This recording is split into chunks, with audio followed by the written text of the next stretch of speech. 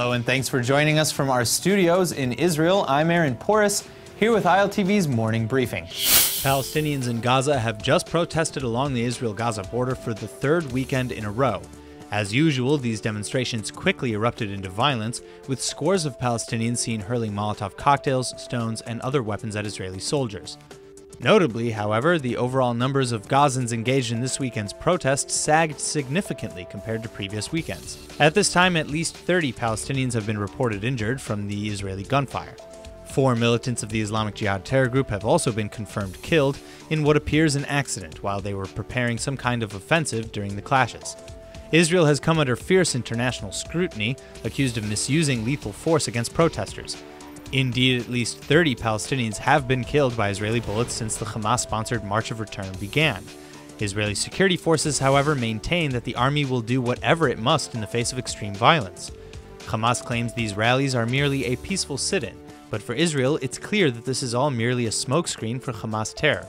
Out of the 31 Palestinians killed in the last 3 weekends, nearly a third have been confirmed as Hamas militants. This instability is also at least one reason why Egypt has reportedly asked Hamas to end the protests altogether. Hamas leaders, however, plan to continue until they reclaim all of Israeli territory, or at least until mid-May when Israeli leaders cut the ribbon to the new American embassy in Jerusalem.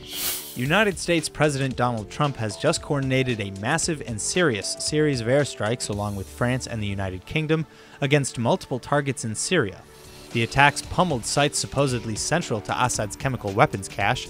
At this time, however, the Pentagon has confirmed that Syria is still very capable of launching yet another deadly chemical weapons attack.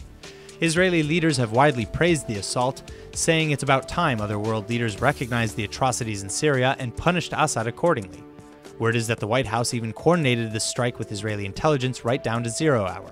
Though satellite images do indeed confirm the extent of the airstrike's success, analysts worry that the attacks may have actually done little, if anything, to deter Syria's ultimate goals. Key to this is the fact that Russia, which holds both essential operational and territorial power in Syria, is largely unimpacted from the bombing. Furthermore, considering Trump has since declared the situation as mission accomplished, Iranian influence in Syria, as coordinated by Russia, remains strong. For Israel, the true concern is that the United States may see its role in this matter done, before the true war with Iran is actually waged. Whether this attack truly makes a dent or whether it was much ado about nothing still remains to be seen. In a shocking reversal following years of denial, Ugandan officials have now admitted for the first time that Uganda is in fact in talks with the Israeli government to accept deported African asylum seekers. While Uganda does have a policy in place for accepting refugees, that policy is bound by international law to only accept refugees deported willingly. At this time, however, Uganda has not commented on whether or not this deal will also comply with Israel's requirement to accept those deported against their wills. Contrary to Israel's controversial goal to expel nearly 40,000 asylum seekers, mostly Christians from Eritrea and Sudan, Uganda says it is currently only considering absorbing 500.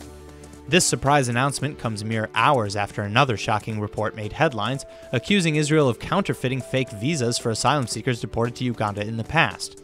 When presented with the visas, which the state presented in court last week to defend the deportations, Ugandan immigration officials said, quote, "It's fake."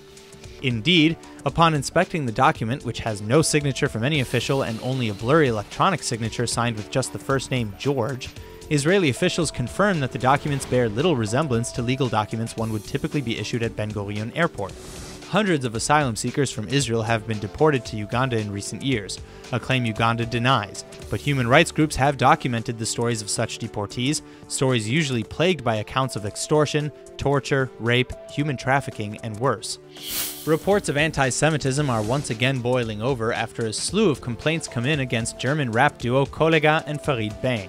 On Holocaust Remembrance Day just last week, the pair was awarded a 2018 Echo Music Award for their song 0815, in which they claim to have bodies, quote, more defined than an Auschwitz prisoner, end quote.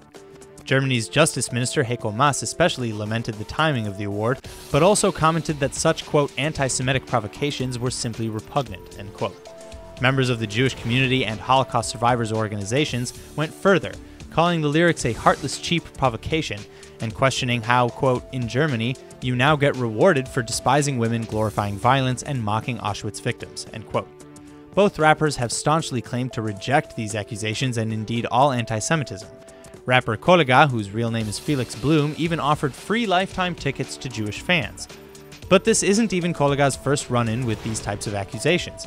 He quite publicly expresses pro-Palestinian and anti-Israel views both on tour and in a video documentary he hosts on his YouTube page, where he visits the West Bank and the tomb of former Palestinian leader Yasser Arafat.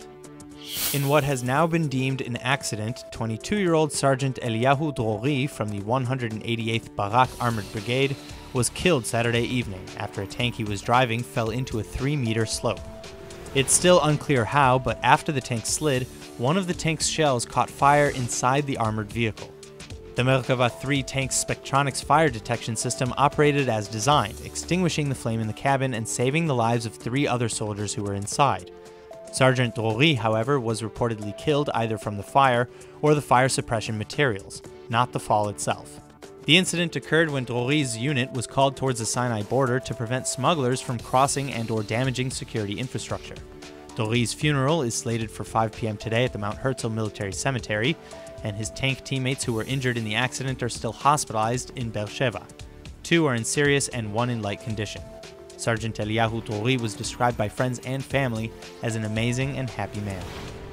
That's all for now. I'm Aaron Porras, and see you later with our main daily broadcast from Israel at 2 p.m. Eastern Time.